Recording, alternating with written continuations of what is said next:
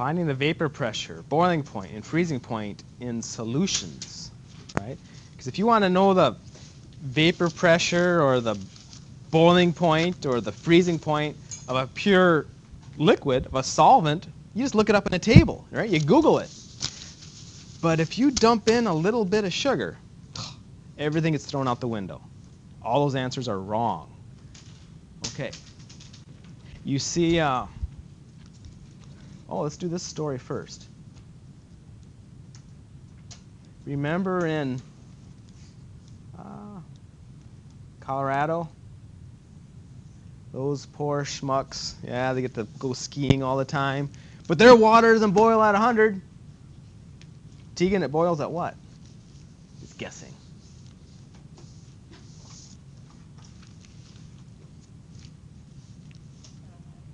Something lower or something higher? They have less pressure up there.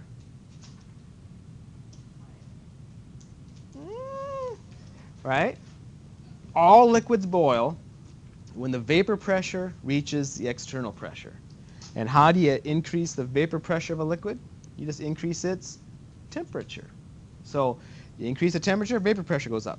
Well, the vapor pressure, since the pressure's lower up there, vapor pressure reaches external pressure sooner. So it boils at 98.5, I don't know, right? But it's not going to be 100. But we could get it to boil at 100 if we dumped in the right amount of any solute. It doesn't matter what. Just dump it in, and you can get it to boil at 100. Okay? Dump even in more, you can get it to boil over 100. Okay? So solutes mess with boiling points. Solutes mess with freezing points. You can see that it's melted here, and it's frozen here. Okay? So this is just some street. There's your sewer duct or whatever, right? It's running down there. So your granny lives in North Dakota, and you live right next to her, Gabby, and you get up really early to go throw some what on her sidewalk, because you know she's going to go get the newspaper at 5 a.m. Salt or something. Because what does that do to the freezing point of water? It lowers it, or does it raise it? Jasmine. It lowers it. So it has to be even colder for it to freeze, right? Water's supposed to freeze at what temperature in Celsius? 0. Well, you dump some salt on there, maybe it freezes at -13 degrees Celsius. It has to be even colder outside for that stuff to freeze. Safer, okay? But the damage is look what it does to the cars, right? You don't want to buy a used car from up north. Buy one from Texas. Okay, now before we move on, all the equations we're talking about are for stuff like this molecule, sugar, not for stuff like this. Now the same effect happens, it's just that our equations are going to be off for these types of compounds. We have to wait till the next class period. So our equations are for this type of compound. What are these two different types of compounds? NaCl is a, Sabina, what type of compound? Sodium chloride, copper sulfate. They're all ionic, made up of ions. So we're talking about molecular compounds for these equations to work. If you want to talk about ionic compounds, you have to wait till the next class period. But it's the same story. Nothing really changes but the equations. Okay. How do you imagine vapor pressure, Jrigsa? What's going on in your imagination? If I say, imagine vapor pressure, what would you imagine? Would you imagine? I imagine pressure being really small and Well, how do you, I guess, don't even worry about the word pressure. How do you imagine, sorry, don't worry about the word vapor pressure. How do you imagine a pressure, a gas exerting pressure? Like it moving really, really fast. It moving really, really fast. Or if you could have more gas molecules, you'd have a higher pressure, right? That's pretty much how you increase pressure, right? You can have these gas molecules hit harder or have more of them, right? So vapor pressure is just that. It's the pressure exerted by the gas molecules over a liquid, right? Because you can't stop this from happening. These these molecules, they just pop out of the liquid phase. Now, I can see them popping back in, so this is an equilibrium. So they should have had this solid. This shouldn't be open. They're not going to be popping back in if this is an open beaker, right? So this should have been sealed, and then you're going to reach equilibrium, pretty much like this, right? This Erlenmeyer. It's reached equilibrium. Okay, there's a vapor pressure in there, the pressure due to the water molecules. Okay, so that's how I imagine vapor pressure.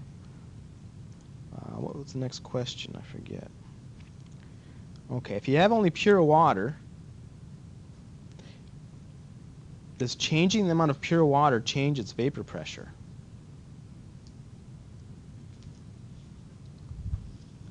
Right? Someone said no. Right? It's a very odd idea. Wouldn't you think that if you have less liquid, you're going to have less in the... Right? Doesn't it seem like that? It seems like that to me conceptually. But it's wrong. That's what's really odd. And the only reason why I know that it's wrong, that's what helps me, is I know that liquids only boil when the vapor pressure reaches the external pressure. So does that mean a water droplet has the same boiling point as a big bucket of water? They're both water, right? Take half the bucket, it boils at 100 degrees Celsius. The whole bucket boils at 100 degrees Celsius. It's water, so it has to boil at 100. If you have a little droplet, it's going to boil at 100 degrees Celsius. So you heat up that liquid until the vapor pressure reaches the external pressure, and it boils every single time. So it's an odd idea. But we dump in a solute, and I like this picture. Here's pure water in a sealed container. Here's pure water, but notice there's some odd molecules in here, some atoms, right? So all they're trying to say is these big green ball, and there's some blue balls and stuff in there. They're blocking. That's what they want you to think of. That solute molecules, when you drop it in a liquid, they prevent water from evaporating. They block it. So there's less gas molecules in the vapor phase. So if there's less gas molecules in the vapor phase, the vapor pressure goes... Be less gas molecules. What happened to the vapor pressure then? Any idea? You didn't change temperature. All you do is have less gas molecules. Can it exert as much pressure? No, it can't. Because you didn't change temperature, you just reduced the number of gas molecules. It can't exert that much pressure, so the vapor pressure went down. If vapor pressure goes down, you have to heat it up even more to get it to boil now. You have to overcome this blocking action. So boiling points go up when you add a solute. And that's what we were talking about right here, right? Add something in the macaroni to get to boil at a higher temperature. It doesn't matter what, just dump something in there. Dump some solute. It'll boil at a higher temperature because the vapor pressure went down. Okay, where are we here? How do you determine the vapor pressure of pure solvents? You just, what? Pure water, how do you find its vapor pressure? How did we find its vapor pressure? Crystal Zamora. This is last semester. I'm not sure. We just looked it up, right? You Google it. Anything, like if you want to know the boiling point of benzene, there has to be a table. All these pure solvents properties, what is its density? What is its boiling point? What is its freezing point? It's all tables. You look all that stuff up. What's the vapor pressure of pure water at this temperature? You look it up. All that stuff is tables. Okay.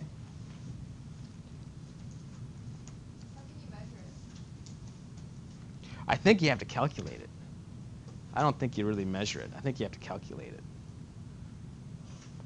And it may even be more of a theoretical idea, because how could you measure it? I don't think we have the technology to do it, because we have, like in here, it's 25 degrees Celsius, so we go look up the vapor pressure, and it's, I don't know, whatever millimeters of mercury, some number, right? And how could you measure? Because you have all these other gas molecules in here. You have oxygen, you have nitrogen, you have maybe a little bit of carbon dioxide, and some water. How could you measure the pressure due solely to water? We don't have the technology to do it, so that's why we have to calculate it. So I think it's a very ambiguous and theoretical idea, but vapor pressures, it's a tough one. So we have 3 colligative properties when you're dealing with solutions, right? Dump a solute in a pure solvent, you have a solution. 3 colligative properties. What's colligative, Diana Garza? What's colligative mean? Like, is density a colligative property? The more stuff you have, the density changes. Is that true? Right? If I half this, the density of this water is 1 gram per mil. If I halve it, the density is, no, it's water. It's still 1 gram per mil, right? So that's not a colligative property. Colligative property depends on the amount of stuff you got. And so these are all colligative properties. If I go back to this idea and I dump more in the kettle, more salt or sugar or whatever, it's going to boil at even higher temperature.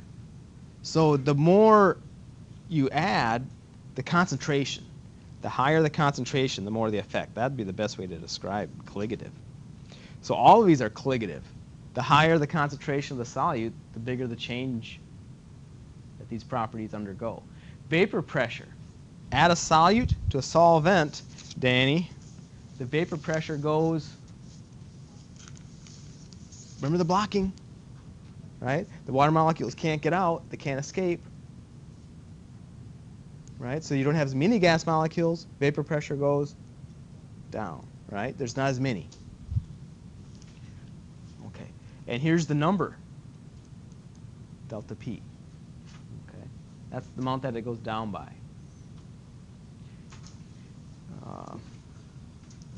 So if you wanted to calculate the amount that it goes down by, here's the equation. This is the pure solvent vapor pressure. And the reason why I know it's the pure is they like doing these little superscript zeros. That means pure. You're going to see that in later equations. Yep. Can you explain that concept again? Why it goes down?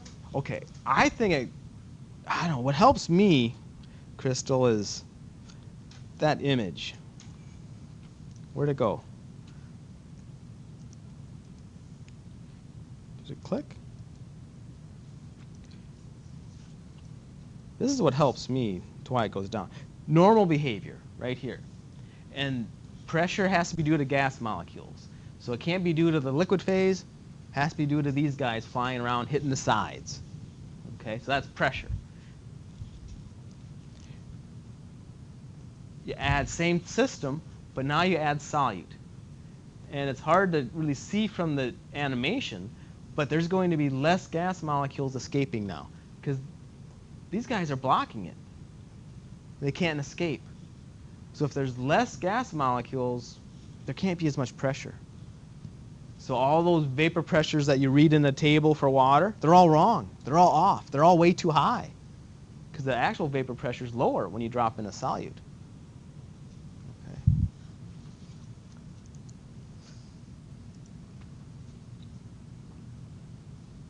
Okay, so then we have, so this one again, we'll find it in a table for pure water or whatever the solvent is.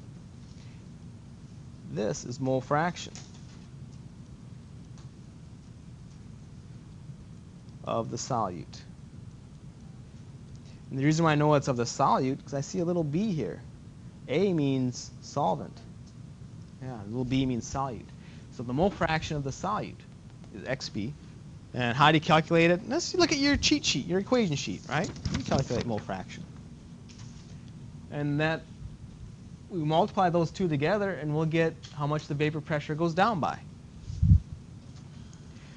Boiling points go in which direction, Erica? Add a solute. So B is the solute? Yeah, that's their notation. Boiling points go up by some change in delta T that we're going to calculate. So, Ellison, let's say that they want to know what the new boiling point is. They don't want to know what the boiling point change is. If they said boiling point change, you just say delta T. I'm done. But they say, what is the new boiling point? Okay, so you go through the work and calculate delta T, and we'll talk about how. But you get delta T. Do you add or subtract it from the original boiling point? Remember, the boiling point's supposed to go up. You have to add it, right? Because the boiling point has to go up, so you have to add it. Okay. So how do you get it? Here's the equation to get that change in boiling point. The little b, Crystal Munoz, probably stands for, little b probably stands for,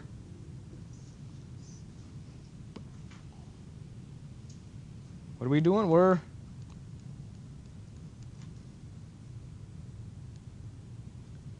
boiling. Boiling. So I bet you the B stands for boiling. I don't really know for sure, but I'm guessing it does. What else would it stand for? Right? I'm just trying to get someone to agree with me. Okay. Now this is the deal of your life. Vivian. Where's Vivian? Vivian. Okay, this is the deal of your life. If you can tell me what KB is and spell it, you can ace. You can ace this quiz. I'll just give you 100 on it. What is it called? I didn't spell it. She doesn't know, right? It's the ebullioscopic constant. It's the ebullioscopic constant. Life is not easy, okay? So you look that up. You look it up in a table. It's just a constant. Look it up for the solvent. Do you even know how to spell it? Yeah. I'll give you I'll ace my quiz. Look it up. Do you look it up for the solvent? So if it's water, you look up the ebullioscopic constant for water. And then you have to multiply it by, again, all these are different ways of concentrate. It's concentration again, but it has to be a specific concentration. It's not molarity. It's little m. What? Molality. That's the molality. And how do you calculate molality? Again, look at the equation sheet, right? Okay. So multiply those two, you get your boiling point elevation, how much it goes up. Freezing points. Tegan, bless you. Add a solute to a solvent. The solvent's freezing point goes down by some delta T. So Jasmine, let's say they don't want to know how much the freezing point went down by. They want to know what the new freezing point is going to be. So should you add or subtract your delta T from the original freezing point?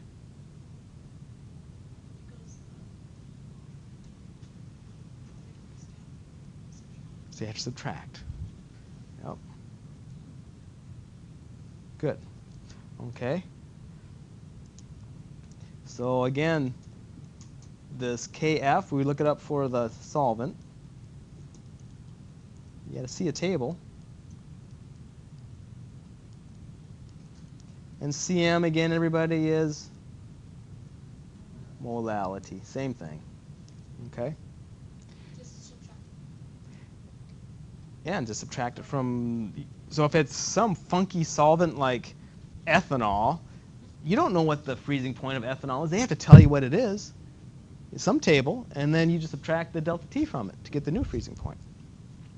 Kb and Kf, these constants, only depend on the, Sabina, which one?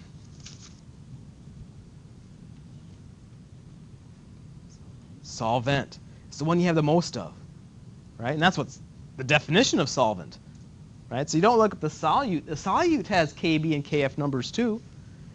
So, but you always go by the solvent because you have the most of it by far. Okay. Overall, these colligative properties are called, everybody, vapor pressure lowering, good, Diana. Boiling point, elevation. Freezing point, depression. So that's what they're called. Okay. So I would have that equation sheet next to you, right? Could you scroll up? Okay. I'd have that equation sheet next to you, and bless you, because I'm covering them up. Okay. A solution was prepared by dissolving 1.258 grams of naphthalene in 25 grams of benzene. What is the freezing point of the solution? So, Gabby, where would you start on something like this? Yeah, okay. Now she's talking about finding the constant. Let me ask you this. What equation would you use? Because you're on the right track. Freezing point depression equation. So, right? I should have just asked her that, 'cause that's what I wanted anyway, right? What equation? Because then you don't waste any effort. Write down the equation you need. Okay, so I'm staring at my equation sheet here, but let's ask Jarixa, what are you going to do now? Well, sorry. I'm gonna find the what's the one? Give me a second. What am I gonna find now? Yeah. I'm looking for the freezing point, right? So I'm looking for that TF, right? Mm-hmm. So You have two things, KF and CM. yeah. So I start with the KF. Okay. What's the KF going to be? No. It's in here. All you need is right here. Oh, the solvent. Has to be for the solvent. Good. Where's that? So here's our KF table. Has to be the benzene. Excellent. It has to be this one because it's the most. Perfect. You see how she picked that out? So this has to be 5.065. Okay. Then we got to calculate CM. And looking at CM has its own equation, the molality. Moles solute, kilograms solvent. All right? Okay. So crystal Zamora, how would you find one of those?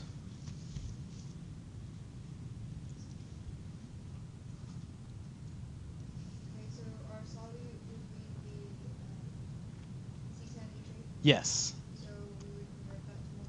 Perfect. 1.258 grams of C10H8.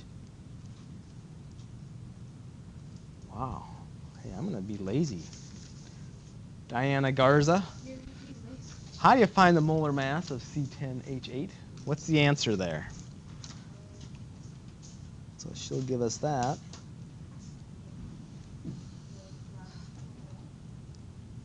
Yeah. Yeah, so 10 carbons and 8 hydrogens.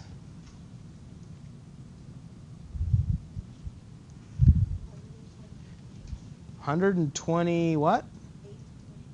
0.18. Perfect. Sounds good to me. There's our moles.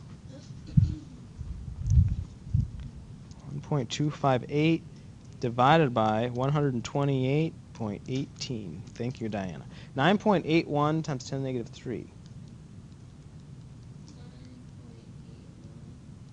times 10 to the negative 3. Okay. So we times them together?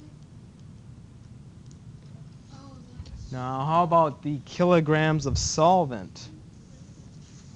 Diane, how are you gonna get that one? The kilograms of solvent.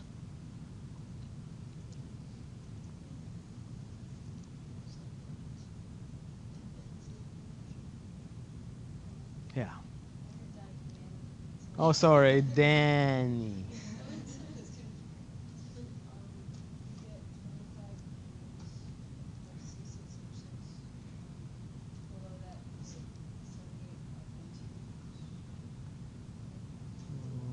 Oh.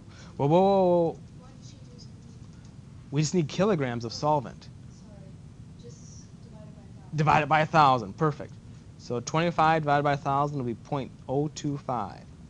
You can move the decimal place over 3 places. And you get 0.393 about for cm. So I can get delta TF,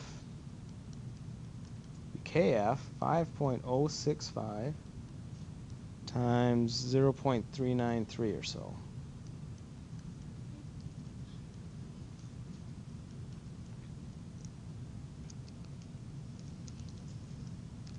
About 1.99, pretty much 2. Make sure he's right. Okay. So is that, I got 2, Allison. Is that the answer to this question?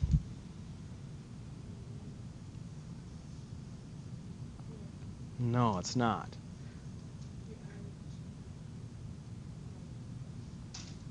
All right. Delta T was 2. Freezing points go down, so you gotta subtract. Subtract it from what number? Anybody see it? Subtract it from the KF to CM. subtract from the freezing point of what? Benzene. Right here. Right? So my final answer, my new freezing point, it will be 5.5 minus 2, 3.5 degrees Celsius. Okay? So that's the answer.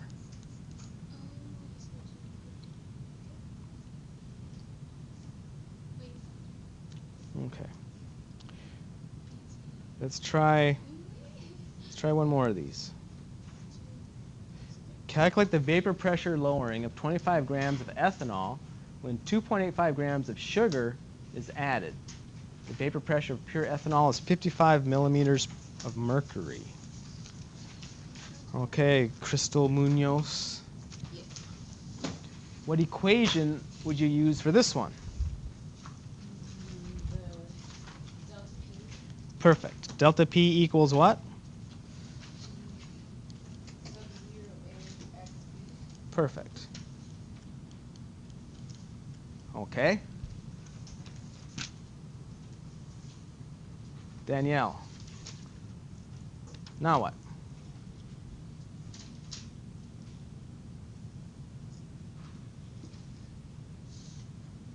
We just got to get these two, because they want vapor pressure lowering. They don't even want new vapor pressure. Delta P is our answer.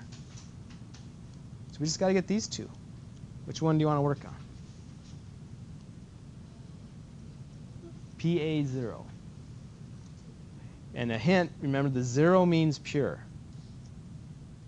What will that number be?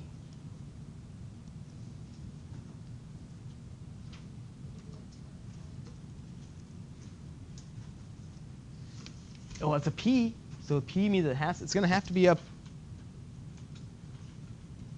what of the pure? P for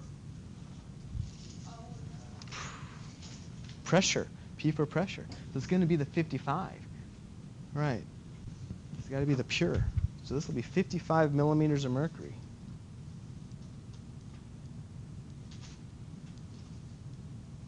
The XB we said was what again? Anybody? Mole fraction. Okay. So go ahead and see if you can calculate XB, the mole fraction. That's going to be a job, right?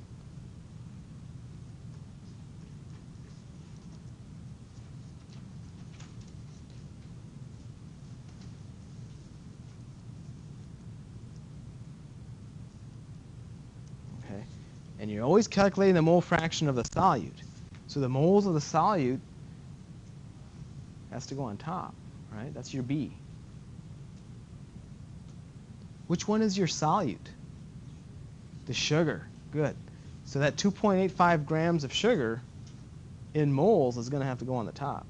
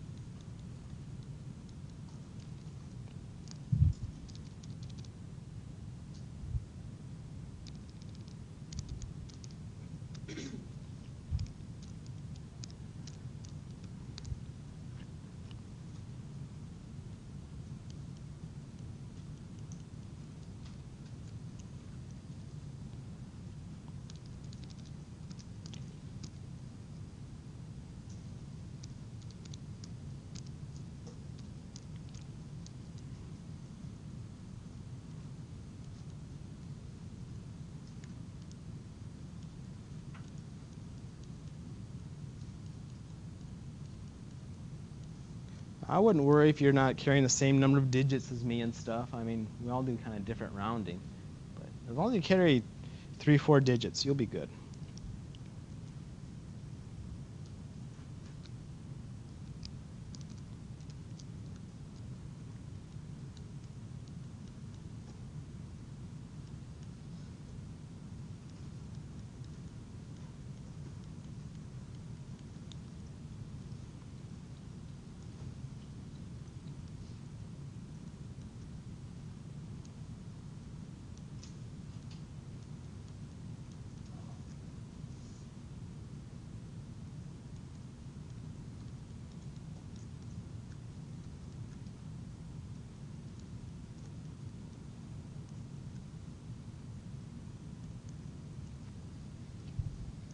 On pressure, does it matter what units it's in? Well, I think all of our moles are going to cancel, our mole units are going to cancel out. So with there are no units here. So whatever units your PA0 is in, that's what the units of delta P will be in.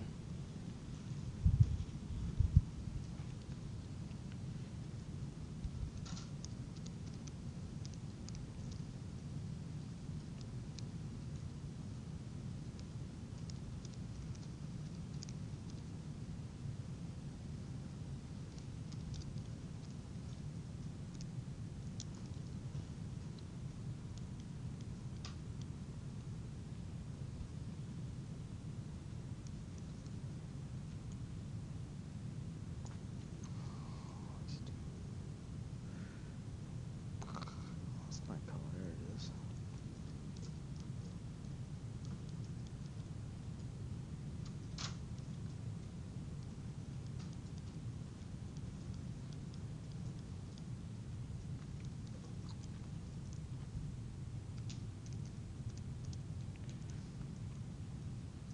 Did anybody else get 0.83? It's 0.8 something.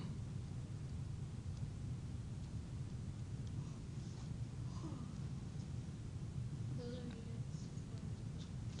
And they wanted just the vapor pressure lowering, so you stop at delta P, right? Stop there. Okay.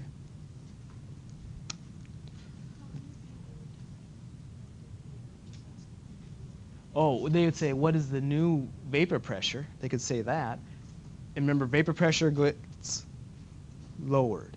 So you take the 55 minus this, and you'd have the new vapor pressure. But they didn't ask for that. So. Let's switch. I think at the bottom, and the last question in your notes is this one. So I changed the numbers. Where it says a 0.0182 gram sample.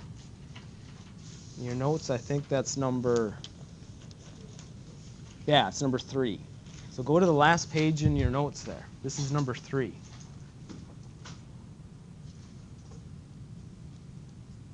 A 0.0182 gram sample of an unknown substance was dissolved in 2.135 grams of benzene. The molality of the solution determined by freezing point depression was 0.0698. What is the molecular mass of the unknown substance? So using delta T, F equals K sub F C N.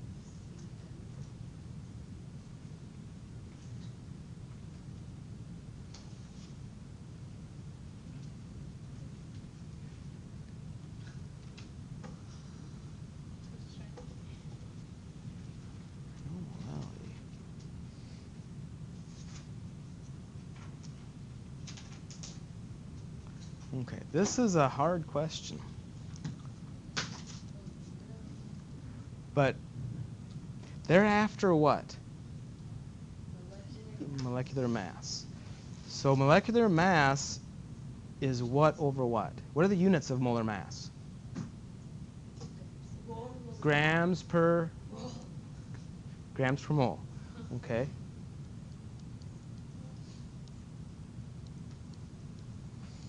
If we get this, we have our answer. Okay. And how many grams of the stuff are there?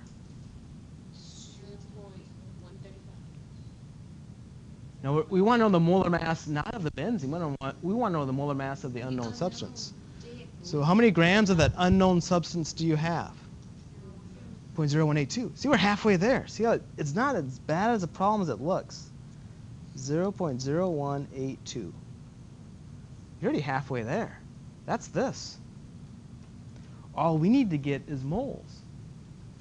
Right? Now, they told us, what's little m? Molality. Molality from that cheat sheet equation was what over what? Moles of solute all over kilograms of solvent. Okay. There it is. Number of moles. We just have to solve for this. Do we know what the molality is? Yes. Yeah. Done. Do we know the kilograms of solvent? No. Yes. Yes, but it's in the wrong units. But we know it, Yes. right? So see if you can find the molar mass. They do this a lot in research to find the molar mass of huge proteins. They use freezing point depression. So see if you can wrap this one up and get the molar mass, and then we'll call it a day. I'm messing up every time I'm inputting something like In scientific notation? this. All right. So yeah, put one of these in 2.135, and then EXP. That's the times 10 part, and then 3, and then plus minus. That's it. That's all. Yeah, that's all you I do. was doing times 10. Yeah, no, then you're always off by 10. Yes, okay.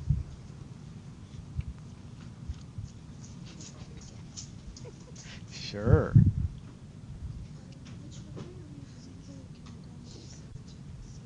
Well, what's the solvent? Benzene. And we have, yeah, and the bigger one. So you have, it has to be 2.135. So convert those 2.135 into.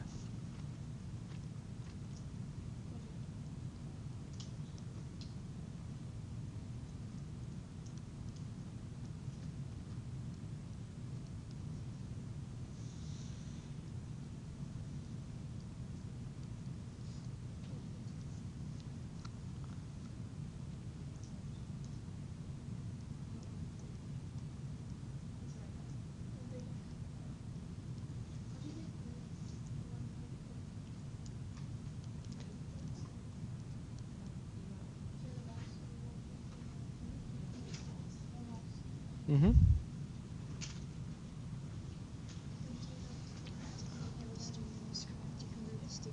Yeah, divide by 1,000.